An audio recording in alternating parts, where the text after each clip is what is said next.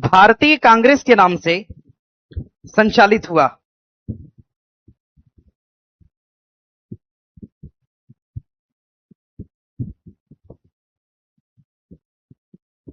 हो गया? इतना हुआ? याद करिए, 1893 का समय महात्मा गांधी को डरबन टू प्रिटोरिया ट्रेन से उतार दिया। उतारने के बाद उनको लगा कि भाई भेदभाव क्यों, और उसी भेदभाव के विरोध में इन्होंने क्या करा था? नटाल कांग्रेस की स्थापना कब करा था? 1894। ध्यान रहेगा। इसके बाद यही संगठन 1920 में क्या बना? दक्षिण अफ्रीका का एक तरह से कांग्रेस बन गया।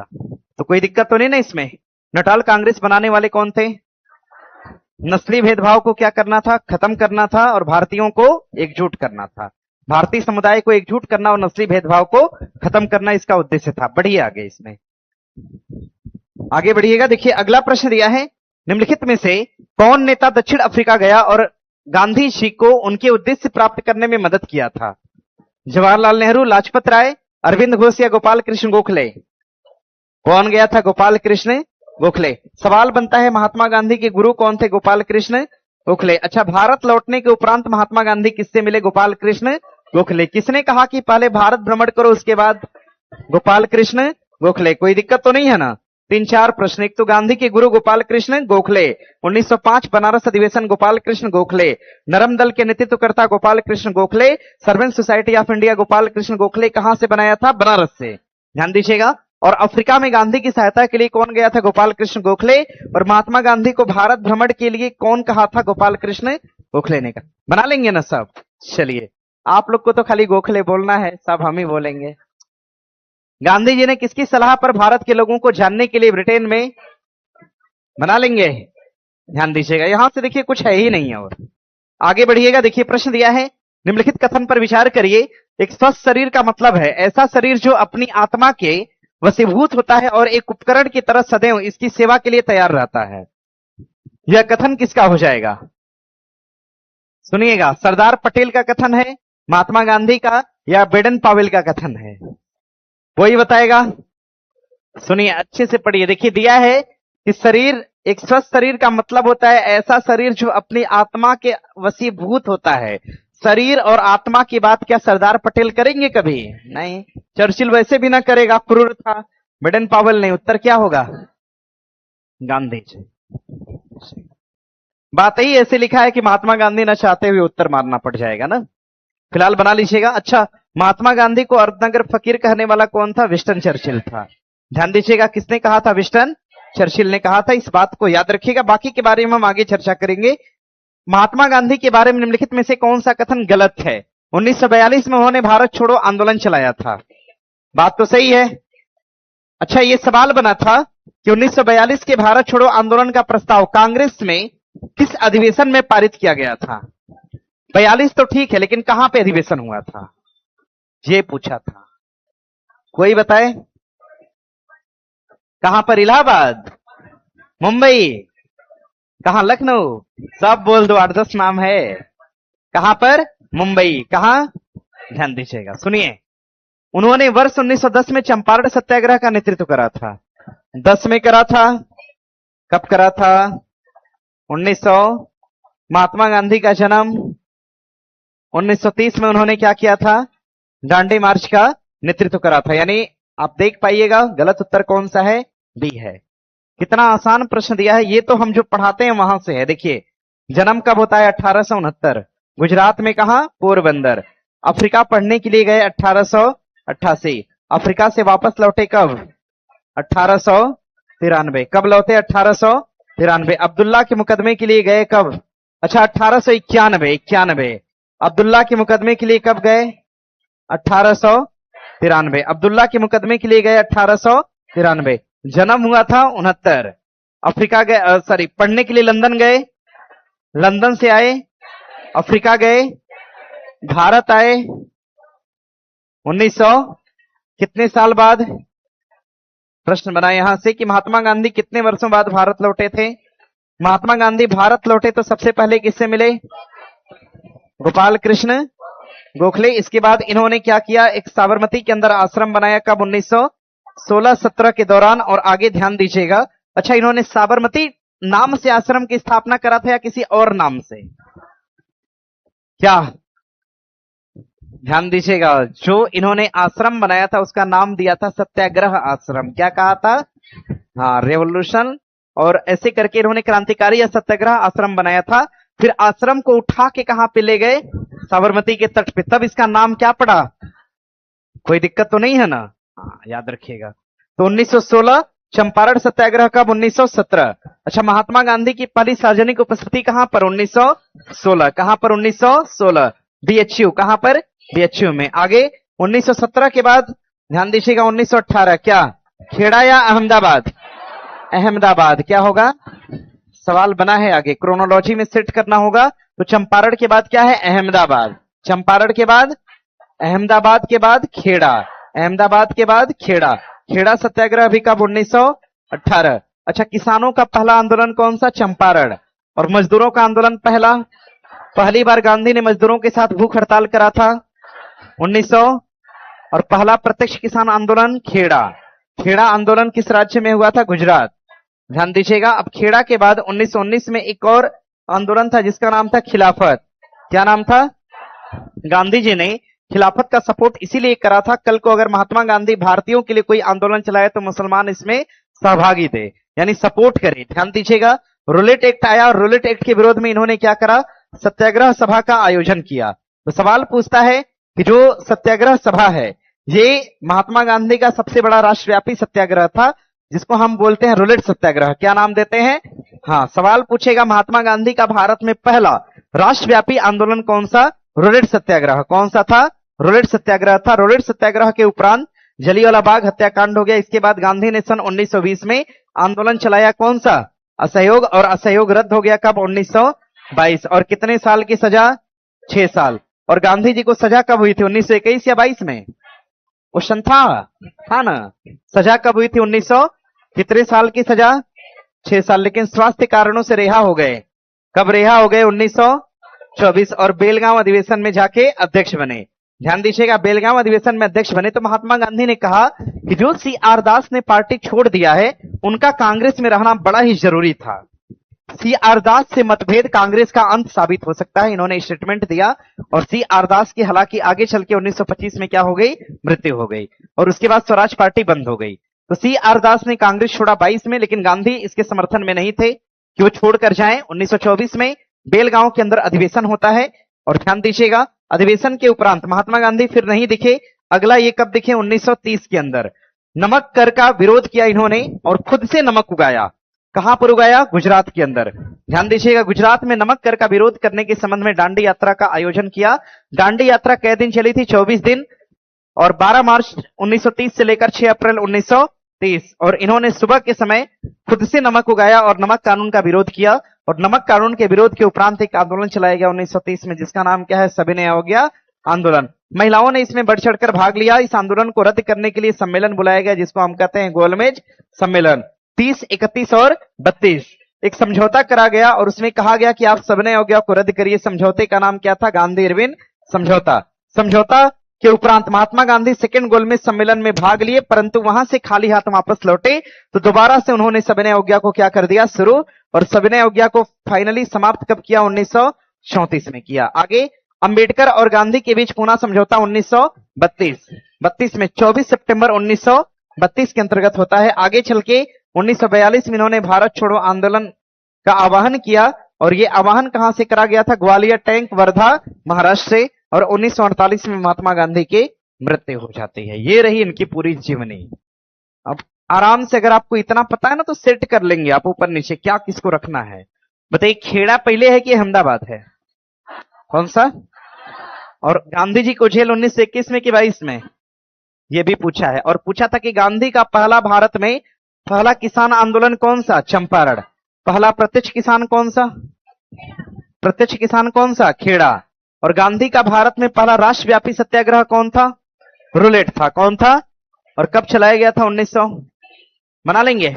चलिए आगे है कि 1915 महात्मा गांधी दक्षिण अफ्रीका से लौटे। बात सही है?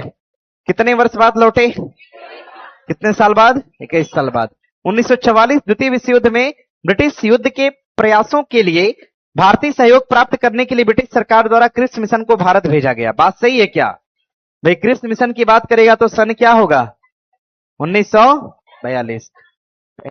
बहुत गड़बड़ बात है, ध्यान दीजिएगा। भेज दिया गया था शब्द का प्रयोग किया तो उत्तर क्या होगा? 42 होगा। आगे पहला गोलमेज सम्मेलन की बात करेंगे, कब? 1930। पहला गोलमेज 1930। दूसरा कब होता है? 1931। और तीसरा गोलमेज कब? तीसरा होता है 1932 में। बना लेंगे ना? ये तीनों गोलमेज सम्मेलन के बारे में हमने लिखा है, तीनों गोलमेज सम्मेलन, पहला, दूसरा और तीसरा। अब यही से ध्यान दीजिएगा। अखिल भारतीय कांग्रेस कमेटी की बॉम्बे में हुई एक बैठक में भारत छोड़ो का प्रस्ताव पारित किया गया था, कब? 1942 में पारित किया गया था, सॉरी 42 में, ध्यान दीजिएगा 42 में पारित किया गया। मतलब अगर आप देख पाएंगे तो हमारा ठीक उत्तर कौन सा होगा? केवल ए हो जाएगा। सुधार करते हुए उत्तर लगा लीजिएगा। क्वेश्चन याद करते हैं कि नहीं? जाके सब डुबा के चले आएंगे पेपर में। मॉडर्न को जितनी बार कहिएगा हम पढ़ाएंगे, क्वेश्चन यहां से खराब नहीं करना है, क्योंकि मॉडर्न से क्वेश्चन सब 100% एक्यूरेसी के साथ बनाता है। आप अगर गड़बड़ करिएगा तो लाखों लोगों से पीछे हो जाएंगे। दिया है कि दक्षिण अफ्रीका के संघर्षों ने महात्मा गांधी को राष्ट्रीय आंदोलन के नेतृत्व के लिए तैयार किया था। बात सही है। अफ्रीका के अंदर जब इन्होंने संघर्ष किया ना, तो इनको लगा कि अंग्रेज अफ्रीका जैसे देश में आकर इतना ज्यादा क्रूरता कर सकते हैं, तो कहीं ये भारत में भी हावी होंगे। क्योंकि महात्मा गांधी तो पहले सत्याग्रह के लिए कहां गए थे? अफ्रीका। लेकिन अफ्रीका में जब इन्होंने देखा तो इनको ऐसा महसूस हुआ कि भाई इस प्रताड़ना को हमारे भारतीय भी झेलते होंगे। समझ रहे हैं ना? तो अफ्रीका के आंदोलन ने महात्मा गांधी को तैयार कर दिया कि आप युद्ध के लिए तैयार हो जाओ। दक्षिण अफ्रीका में भारतीयों के जुझारूपन को देखकर गांधी जी ने यह विश्वास हो गया कि भारतीय जनता किसी उद्देश्य के लिए जुझारू, संघर्ष और बलिदान के लिए हमेशा तैयार रहेगी। यह बात अपने आप में क्या है? सही है और व्याख्यायित है। मतलब उत्तर क्या होगा?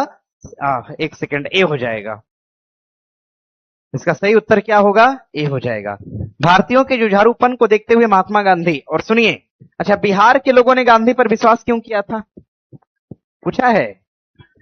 बिहार के लोगों ने महात्मा गांधी पर विश्वास क्यों किया? क्योंकि बिहार के लोगों को विश्वास था कि यही व्यक्ति है जो हमें आजादी दिलाएगा नील की खेती से। समझ रहे हैं ना?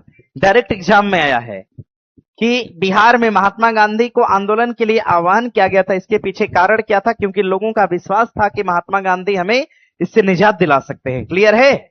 चलिए आगे है। दिया है, मुख्यतः किसके कहने पर गांधी ने किसानों की समस्याओं को समझने के लिए चंपारण? किसके कहने पर? राजकुमार। अच्छा, महात्मा गांधी चंपारण के लिए कहां से चले थे? कलकत्ता। कहां से? चंपारण के लिए दिल्ली से चले या कलकत्ता से? दिया है क्वेश्चन, महात्मा गांधी चंपारण यात्रा के लिए कहां से चले थे? कलकत्ता। कहां से? कलकत्ता से चले थे। और कलकत्ता आने के उपरांत सबसे पहले बिहार में कहां उतरे? पटना में। पटना से कहां? हाँ, लेकिन सवाल पूछता है कि चंपारण सत्याग्रह की शुरुआत उन्होंने कहां से किया? मुजफ्फरपुर से। कहां से किया? मुजफ्फरपुर। इसमें कोई दिक्कत तो नहीं है ना? चलिए ठीक है। आगे, चंपारण में तिनकठिया प्रथा का तात्पर्य क्या था? 3/20। भूभाग पर नील की खेती करना है, इसका मेन तात्पर्य था। ध्यान दीजिएगा, सुनिए। देखिए, नील खेती की अगर हम बात करते हैं, नील खेती, अगर हम नील खेती की बात करेंगे तो नील खेती के संबंध में ऑलरेडी आंदोलन हुआ था। पहले भी हुआ था, बाद में भी हुआ। पहले आंदोलन जो था पहला, इसके तहत जो सबसे पहला आंदोलन था, पहला नील आंदोलन, ये किस क्षेत्र में हुआ था? बंगाल में। बंगाल में पहला नील आंदोलन हुआ था, जिसको हम नील विद्रोह कहते हैं। क्या कहते हैं भैया? नील विद्रोह के नाम से जानते हैं, जिसको हम नील विद्रोह कहते हैं। और नील विद्रोह कब हुआ था? 1859 में और 1860 में। 1859 और 60 ठीक से लिखते हैं।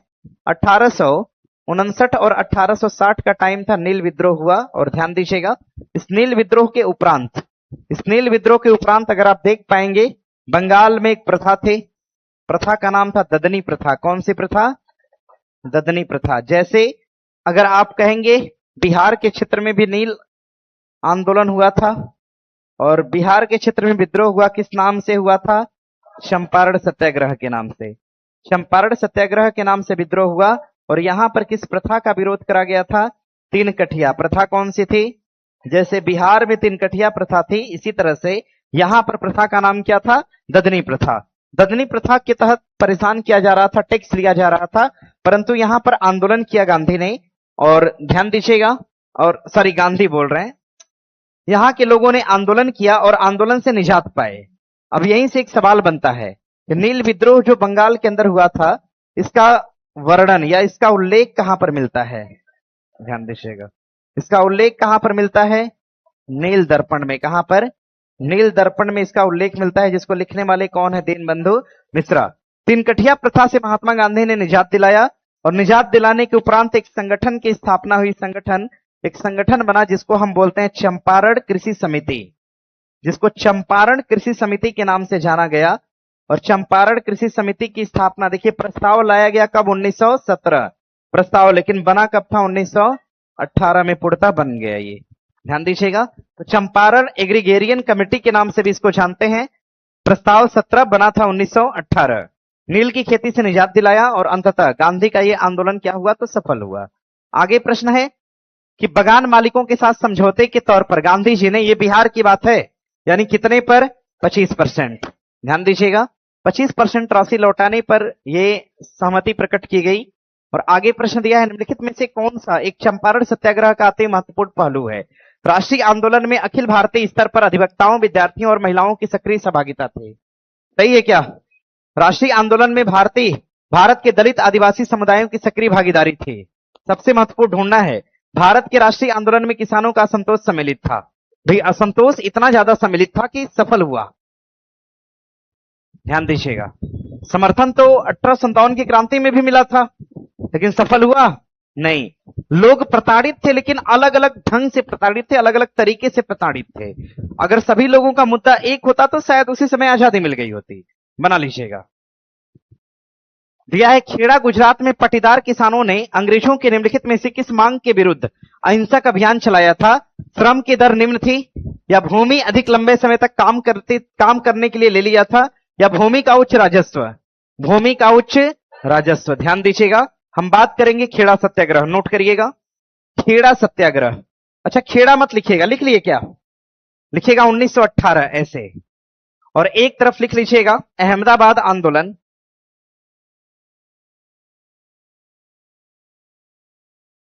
एक तरफ लिखिएगा अहमदाबाद आंदोलन। चंपारण हम पढ़ाया ना आप लोग को अच्छे से, बिहार वाले में पढ़ाया होगा, फिर पढ़ाएंगे भी, अभी एक बार बिहार पढ़ाएंगे तो। और दूसरे पर लिखिएगा खेड़ा सत्याग्रह। खेड़ा सत्याग्रह, ध्यान दीजिएगा, अगर हम अहमदाबाद की बात करेंगे, सत्याग्रह हुआ था 1918, और खेड़ा की बात करेंगे, ये सत्याग्रह भी कब हुआ था? 1918 के अंतर्गत हुआ था। खेड़ा सत्याग्रह किस राज्य में हुआ था? और अहमदाबाद कहां पर? गुजरात के अंदर। बेसिक बात है, नोट कर लीजिएगा, सवाल बनेगा अहमदाबाद सत्याग्रह से।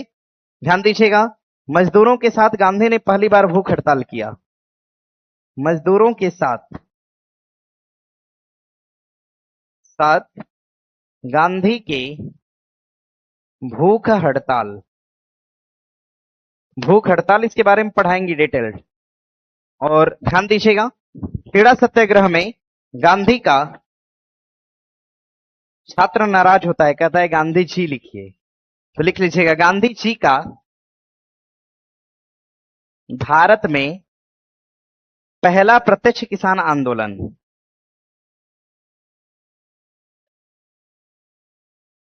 पहला प्रत्यक्ष किसान आंदोलन ये कौन सा होगा? तो खेड़ा होगा। नोट करिए, तो इसमें लिखिएगा अहमदाबाद में, लिखिएगा यह आंदोलन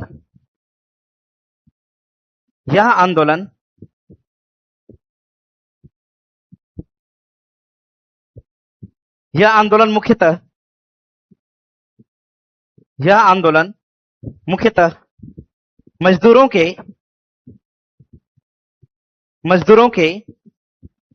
ऐतिहासिक श्रम विवाद का मामला था,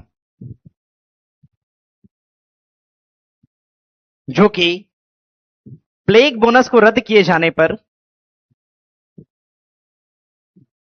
ये क्या लिखे हैं? ऐतिहासिक श्रम विवाद का मामला था, मजदूरों के ऐतिहासिक श्रम विवाद का मामला था, जो प्लेग बोनस रद्द किए जाने पर हुआ था।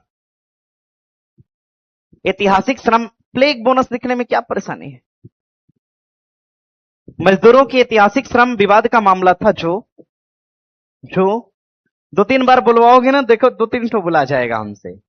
लिखिएगा जो प्लेग बोनस, लिख दें क्या? प्लेग बोनस, जो प्लेग बोनस रद्द किए जाने पर था, हो गया? इतना हुआ? लिखिए अगला पॉइंट। लिखिएगा, लिखिएगा, बाजार में वस्तुओं की कीमत में वृद्धि के कारण, सब एग्जाम का लाइन है ऑप्शन का। बाजार में, अगला पॉइंट, बाजार में, अरे अगला पॉइंट लिखो ना यार। बाजार में वस्तुओं की कीमत में वृद्धि के कारण, वस्तुओं के कीमत में वृद्धि के कारण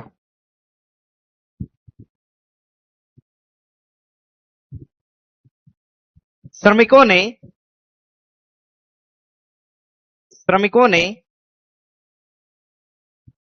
50% वेतन वृद्धि की मांग किया था। श्रमिकों ने 50% वेतन वृद्धि की मांग किया था। क्लियर है?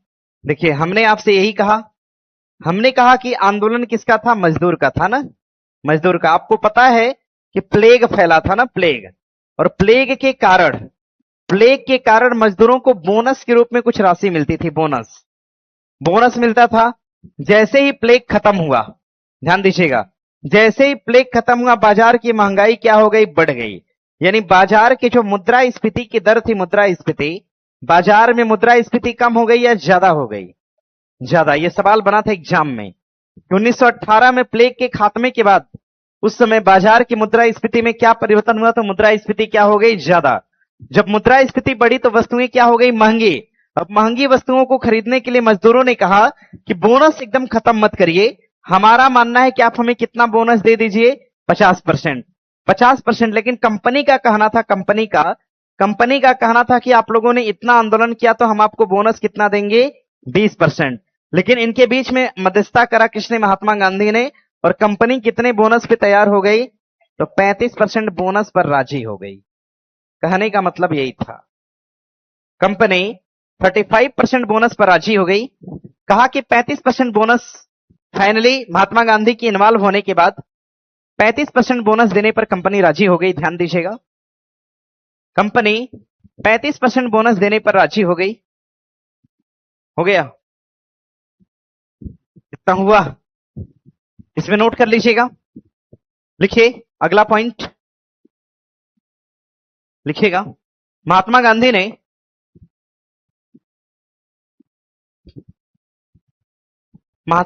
ने मजदूरों के आंदोलन को समर्थन देने के लिए, क्वेश्चन एग्जाम में है, ध्यान दीजिएगा, महात्मा गांधी ने मजदूरों के आंदोलन को समर्थन देने के लिए भारत में पहली बार, भारत में पहली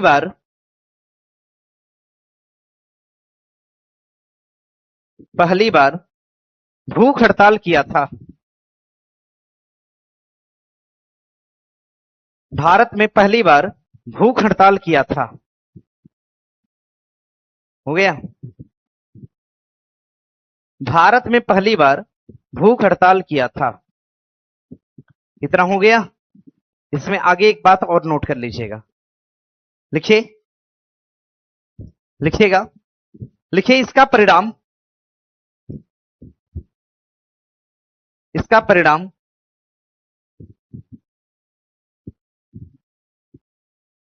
इसका परिणाम 35% वेतन वृद्धि के साथ, 35%, 35% वेतन वृद्धि के साथ, वेतन वृद्धि के साथ, लिखिएगा, इसका परिणाम 35% वेतन वृद्धि के साथ, यानी वेतन में बोनस जोड़ कर दिया गया कितना परसेंट? 35%। 35% वेतन वृद्धि के साथ 8 घंटे काम, 8 घंटे का काम और और और लिखिएगा, और अतिरिक्त कार्य करने पर, और अतिरिक्त कार्य करने पर, और अतिरिक्त कार्य करने पर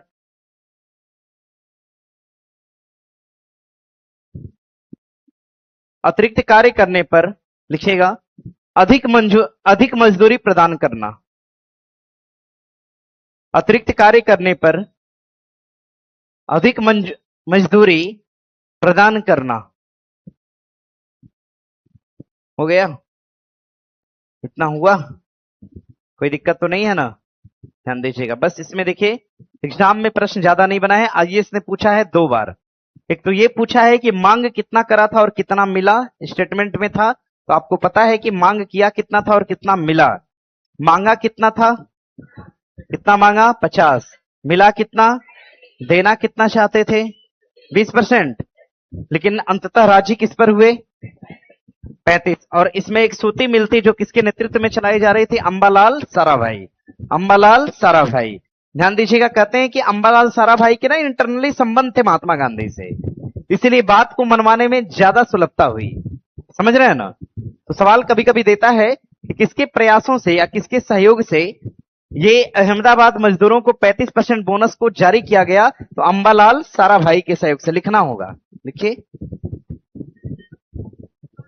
लिखिए, क्या बोले, लिखिए ना, लिखिए लिखिए। अहमदाबाद आंदोलन अंबालाल साराभाई के सहयोग से सफल हुआ। क्या नहीं समझ पा रहे हैं?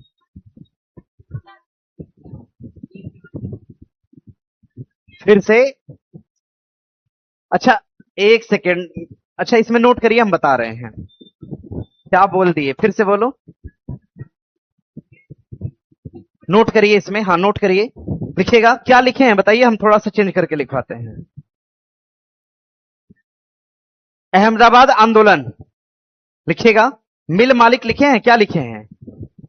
अहमदाबाद आंदोलन, मिल मालिक अंबालाल साराभाई, अंबालाल साराभाई, अंबालाल साराभाई, लिखिएगा अंबालाल साराभाई, मिल मालिक अंबालाल साराभाई के द्वारा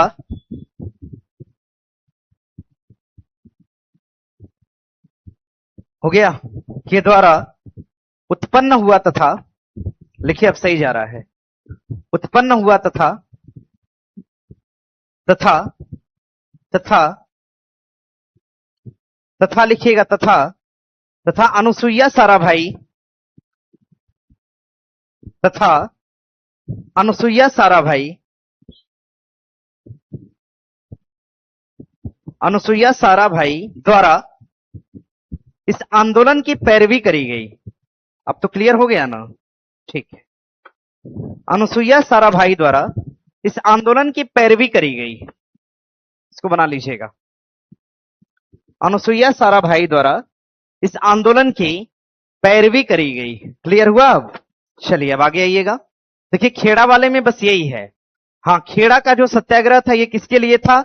उच्च भूमि का उच्च राजस्व के लिए था। राजस्व ज्यादा होता था इसीलिए आंदोलन किया गया। तो गांधी का भारत में पहला प्रत्यक्ष किसान आंदोलन कौन सा? खेड़ा होगा। इसमें कोई दिक्कत तो नहीं है ना? आगे बढ़ेंगे। दिया है सत्याग्रह दर्शन पर आधारित गांधी जी के निम्नलिखित में से संघर्षों में से किसमें औद्योगिक श्रमिक वर्ग शामिल था? किसमें था? अहमदाबाद में। किसमें शामिल था? अहमदाबाद। 1900 कब? और पहली बार भूख हड़ताल करा था इसी में। और कितने बोनस की मांग की थी? ध्यान दीजिएगा, प्लेग होने के बाद 70-80% बोनस मिलता था, लेकिन कंपनी ने बोनस को समाप्त करने का निर्णय लिया और कहा कि हम केवल बोनस कितना देंगे?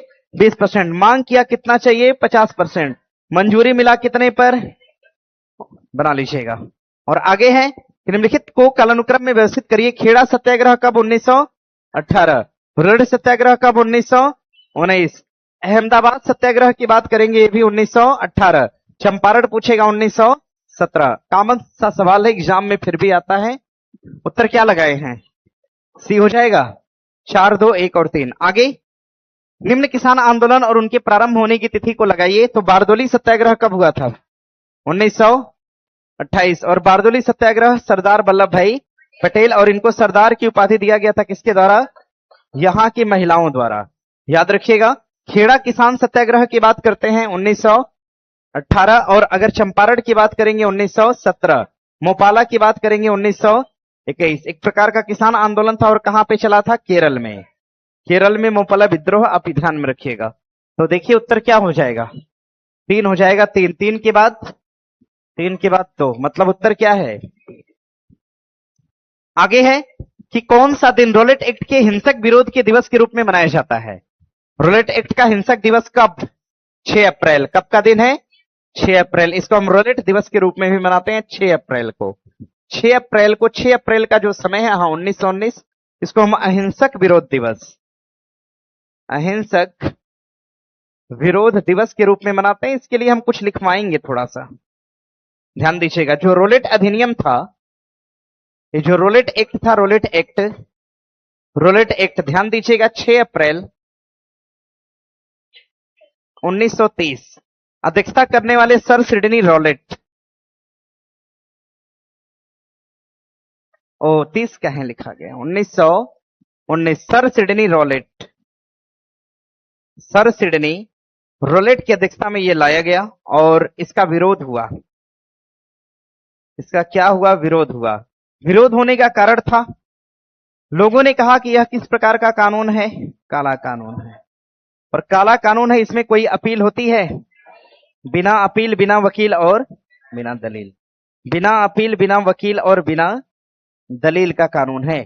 बिना वकील का कानून है, बिना अपील का कानून है और बिना दलील का कानून है। इसीलिए इसका विरोध किया गया और इसी को काला कानून की संज्ञा दी गई। इस बात को ध्यान में रखिएगा। आप सुनिए, अब महात्मा गांधी ने क्या किया?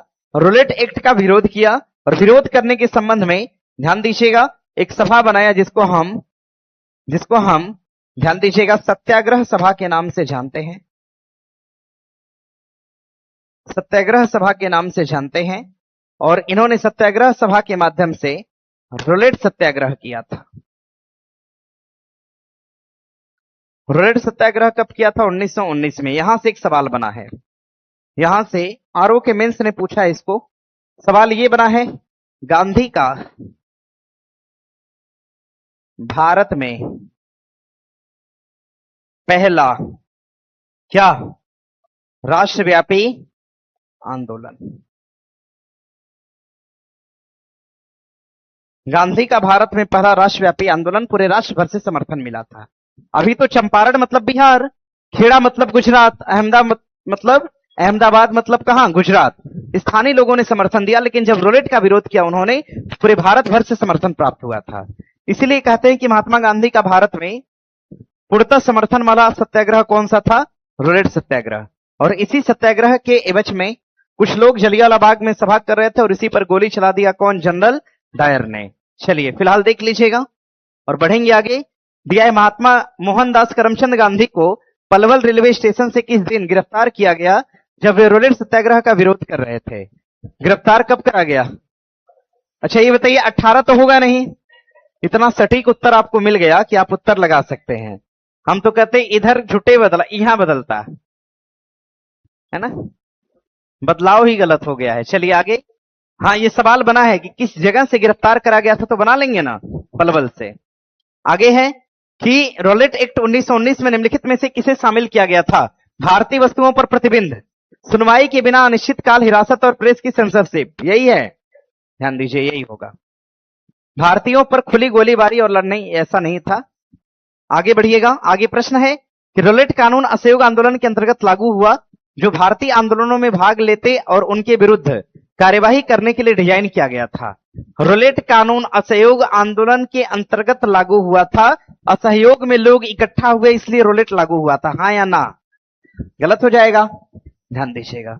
आगे है, रोलेट बिल ने जूरीज के बिना राजनीतिक मामले निपटाने और न्यायाधीशों को अनुमति दिया और प्रांतीय सरकारों में विशेष में केंद्र को बिना ट्रायल के दफन का अधिकार दिया और कहा कि ना अपील होगा, ना वकील होगा, ना ही दलील। कहा कि कोई ट्रायल नहीं, कोई व्यक्ति जाए सीधे सजा सुनाओ, ट्रायल नहीं करवाना है, सीन क्रिएट नहीं करवाना है और उनको रिमांड डिमांड जैसी कोई बात ना हो, सीधे बिना अपील, बिना दलील और बिना वकील का कानून कहा गया इसे। यानी दूसरा अपने आप में क्या है? सही है। तो आप अगर देख पाएंगे तो उत्तर क्या होगा? डी हो जाएगा।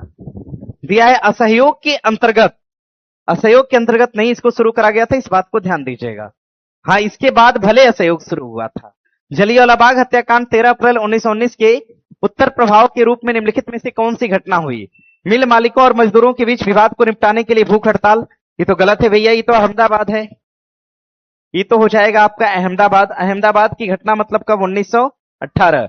कोई भी राजा व्यक्तिगत रूप से अंग्रेजों के साथ एक अलग समझौते पर हस्ताक्षर कर सकता है, ऐसा कहा गया था। ध्यान दीजिए, ब्रिटिश सरकार द्वारा हंटर आयोग की नियुक्ति करी गई। यह हो सकता है। आगे बढ़िए। कांग्रेस के स्वयं सेवकों द्वारा चरखा और खादी को लोकप्रिय बनाना तथा जेल भरो, बना लीजिएगा। इसके उत्तर, उत्तर मतलब होता है आगे, पूर्व मतलब क्या होता है? पीछे। उत्तर मतलब आगे, पूर्व मतलब कहां? पीछे। तो इसके उत्तर की बात कर रहा है। इसी के बाद क्या बना था? हंटर कमीशन बना था। अच्छा ध्यान दीजिएगा एक मेरी बात को, देखिए जरा ध्यान दीजिएगा, सुनिए, देखिए, सुनिएगा। रूलेट अधिनियम आया, रूलेट एक्ट आया, कब आया? 1919।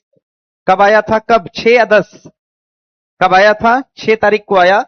और इसके सत्याग्रह के विरोध में महात्मा गांधी को 10 तारीख को गिरफ्तार किया गया। इसी के उपरांत ध्यान दीजिएगा 13 तारीख को जलियांवाला बाग में सभा चल रही थी और इस पर गोली चला दिया। इस कांड को हम क्या कहते हैं?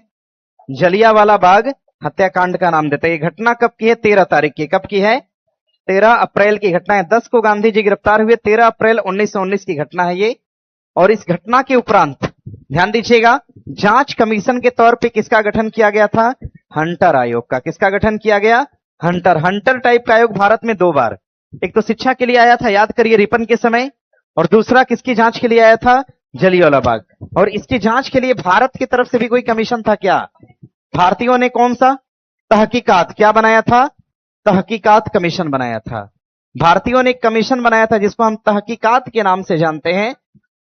हाँ, मदन मोहन मालवीय के अध्यक्षता में बनाया था तहकीकात कमीशन। और अंग्रेजों ने क्या बनाया था? हंटर आयोग। हंटर आयोग ने कहा कि ना ना भैया, गड़बड़ बोल रहे हैं, जलियांवाला बाग हत्याकांड कोई विशेष कांड नहीं था। इसमें आदेश देने वाला जो था ना, आदेश देने वाला यानी ऑर्डर देने वाला कौन था? ओडायर। कौन था? और गोली चलाने वाला कौन था? गोली चलाने वाला कौन? देखिए, ओ फॉर क्या है? ऑर्डर। ऑर्डर देने वाला कौन? और गोली चलाने वाला? कहा कि जनरल जो डायर है, इसकी मंशा नहीं थी कि वो ऐसा करे। भाई इसने काम भले गलत किया है, लेकिन अंग्रेजों के संबंध में काम कैसा किया है? सही किया है। भारतीय उग्र हो रहे थे, भारतीयों को रोका। भले इसका कृत्य गलत है, लेकिन इसका जो अंग्रेजों के प्रति प्रेम है वो क्या है? सही है। और ऐसा कहते हुए हंटर कमीशन ने इस घटना को क्या कर दिया? खारिज कर दिया। और महज 100 में कुछ आंकड़ा निकालकर कहा कि 250 से 300 लोग मारे गए। इस तरह का आंकड़ा निकालकर इसने दिया। बहुत कम आंकड़ा निकाल के दिया, लेकिन बाद में पता चला कि 2000 से ज्यादा लोग इसमें हताहत थे। ध्यान दीजिएगा, अलग अलग किताबें अलग अलग डेटा देती हैं। आगे, आदेश देने वाले का नाम क्या था? और गोली चलाने वाला? उधम सिंह ने मारा किसको? आर डायर है ओ डायर? पूछा है एग्जाम में, बीपीएससी ने पूछा कि उधम सिंह द्वारा किसकी हत्या करी गई? O Dyer. किसको मारा गया? देखो, कभी भूल जाए तो क्या करना, कभी अगर भूल जाए तो मेरी बात सुनिएगा। देखिए, एक तो जलियांवाला बाग में O for order, O for गोली चलाने का आदेश दिया, गोली मारा था। गोली मारा कौन? ध्यान दीजिए, ऑर्डर कौन दिया? गोली मारा था कौन? R Dyer. कौन मार दिया? अब उधम सिंह जब गए, उधम सिंह तो किंगस्टन हॉल में 1940 में उधम सिंह ने किसको गोली मारा? किसको मारा था? देखिए, गोली मारा तो कैसा निशान बन गया? हाँ, अब कभी अब हंस रहे हो, सब हम बता रहे हैं। अब सबसे एक जरूरी बात है ना, एग्जाम में गलत हो जाएगा। क्वेश्चन आया और पहला ऑप्शन दिया है जनरल आर डायर। समझ रहे ना? रियली हम बता रहे कितना हूं रट के जाएंगे ना, वहां जाके बुद्धि मतलब खत्म हो जाएगी और वहां पर आप कंफ्यूज हो जाएंगे कि क्या लगाएं। अब ऐसे में कोई कहता है ठीक है लगाओ आर डायर जो पहले है, तो पहला ऑप्शन पे आर डायर होता है और दूसरे ऑप्शन पे क्या है? O Dyer. जब इन्होंने गोली मारा तो 0 का सिंबल बना, तो गोली किसको मारा था? O Dyer. और आदेश कौन दिया? चलाया कौन था? कोई दिक्कत नहीं है। चलिए, क्वेश्चन मिलेगा, हालांकि इसके बारे में हम डिटेल बताएंगे। इसके बारे में, ओ डायर के बारे में हम पूरी बात बताएंगे। हालांकि आगे प्रश्न है कि जलियांवाला बाग घटना के संबंध में, पढ़ तो लेने दो। जलियांवाला बाग की घटना चौरी चौरा घटना के बाद हुई। ये तो गलत बात है भैया। जलियांवाला बाग कब हुआ था? 1919। चौरी चौरा कब हुआ था? 1900। तो गलत हो गया, फिर यही गलत है। यह घटना 13 अप्रैल 1919 को हुई, जब जनता जलियांवाला बाग में एक सभा में एकत्रित हुई थी। और सवाल पूछता है कि सभा के समय कौन सा एक त्योहार मनाया जा रहा था पंजाब में? त्योहार कौन सा था? बैसाखी का मेला लगा था। मेले से जो लोग थक रहे थे वो आके जल्दी नामक व्यक्ति की संपत्ति थी। जल्दी की संपत्ति थी, जल्दी नामक व्यक्ति था, इसी की संपत्ति थी जलियांवाला बाग। और मेले से इकट्ठा होके लोग इसी जलियांवाला बाग में आके इकट्ठा हो रहे थे। उसी में कुछ लोग भाषण दे रहे थे। तो लोगों की आदत होती है, जहां पर थोड़ा सा माइक लगा के कोई बोल रहा है, भले वो कुछ बोले, आके खड़ा हो जाएंगे कि क्या बोल रहा है आखिरकार। यही देखिए लोगों की मौत का कारण बना। अगर लोग उसकी बात को इग्नोर किए होते, चले गए होते, तो शायद बच जाते। और उस समय सोचिए, अंग्रेज भी गोली चलाने के मतलब एक तरह से मंशा थी उनकी, नहीं तो छोटा बच्चा क्या साजिश करेगा, ये बताइए मुझे। तो मेला में अब केवल अगर सभा बुलाई गई होती तो उसमें छोटे बच्चों का काम नहीं था, ध्यान दीजिएगा। और महिलाओं का भी विशेषतः काम नहीं था, लेकिन कुछ महिलाएं थी उस समय राष्ट्रवाद में, और ज्यादा महिलाएं इंटरेस्ट भी नहीं ले रही थी कि हमें बहुत जाके क्रांति करना है। वो तो इंटरेस्ट दिया महिलाओं ने 1920 के बाद कि हमको भी इससे बेनिफिट है। तो इसमें छोटे बच्चों का काम नहीं था। अंग्रेज अगर चाहते, एनालिसिस करते, तो उसमें बच्चों की संख्या भी थी, उसमें बूढ़े भी थे, समझ रहे हैं ना। तो कम से कम असहाय लोग भी थे, कम से कम उनको तो छोड़ देना चाहिए। लेकिन उनके ऊपर क्या कर दिया? गोली चला दिया। और ध्यान दीजिएगा, जलियांवाला बाग की घटना 1919 के रॉलेट एक्ट का परिणाम थी। इसमें सरकार को बिना मुकदमे की किसी को भी कैद करने का अधिकार था। ब्रिगेडियर जनरल डायर ने बिना किसी को सूचित किए एकत्रित लोगों पर क्या कर दिया? गोली चलवा दी। ध्यान दीजिएगा इतनी बातें। आदेश दिया था ओ डायर, और मारा किसने था? आर डायर ने दिया है। भारतीय राष्ट्रीय आंदोलन की निम्नलिखित घटनाओं को उनके घटित होने के वर्ष से मिलाएं। बारदोली में किसान आंदोलन कब हुआ था? 28 में। गांधी ने नोआखली में विद्रोह करा था। नोआखली की यात्रा करा था कब? 1900। गांधी जी ने लंगोट पहनना शुरू किया था 1921। अहमदाबाद में मिल मजदूरों की हड़ताल 1900 कब? 18। तो देखिए क्या होना चाहिए, ए का हो जाएगा 4, मतलब सही उत्तर क्या है? ए हो गया। आगे प्रश्न है, जलियांवाला बाग हत्याकांड के बारे में निम्नलिखित में से कौन सा ठीक है? जलियांवाला बाग में सेना ने नियत्ती भीड़ पर गोली चलाया। सेना जनरल डायर की कमान में के अधीन थी। गोली चलाने से पहले सेना के लोगों को किसी तरह से कोई चेतावनी नहीं दिया। बात सही है, बिना किसी चेतावनी के गोली चलाया गया। कह देते कि सत्याग्रहियों को मारेंगे, कम से कम बाकी लोग भाग जाते। क्या बाकी लोग क्या, पूरा मैदान खाली हो जाता है, कोई बचता ही नहीं। जानते हैं ना, ये गलत मुखबिरी की वजह से हुआ था। गलत मुखबिरी किसने करा था, कोई बताएगा? क्या नाम था? कौन था? हंसराज था ना। जान लीजिए इंफॉर्मेशन, जबकि हंसराज को पता था, उसको पता था कि लोग सत्याग्रही नहीं है। हाँ, उसमें 2-4 लोग मिलकर ये प्लान कर रहे थे। और प्लान जानते हैं, कोई अंग्रेजों के खिलाफ प्लान नहीं था, बस ये था कि सैफुद्दीन को और सत्यपाल को कैसे निकाला जाए, उनको जेल से निकालने का केवल प्लान बन रहा था, न कि अंग्रेजों के खिलाफ कोई साजिश हो रही थी। अब हंसराज गया, डायरेक्ट जाके बता दिया। तो होते हैं लोग मुखबिर के तौर पे, समझ रहे हैं इस बात को। तो हंसराज जाके बताया और अंग्रेज उग्र हो गए। और जनरल डायर, देखिए ओ डायर बहुत खराब नहीं था अगर कहा जाए तो। अगर ओ डायर खुद आके इंस्पेक्शन किया होता तो शायद वो गोली चलाने का आदेश नहीं देता। हंसराज की कही गई बात को सुनकर, इसलिए कहा गया ना, इंसान को कान से ज्यादा तेज रखना चाहिए आंख को, समझ रहे हैं ना। हाँ, नहीं तो कान खाली तेज रखेंगे, आंख कम रहेगा ना, तो हमेशा गलत होगा जीवन में। तो आंख खुली रखना चाहिए, भले कान कुछ समय के लिए बंद भी हो सकता है, कान तो बंद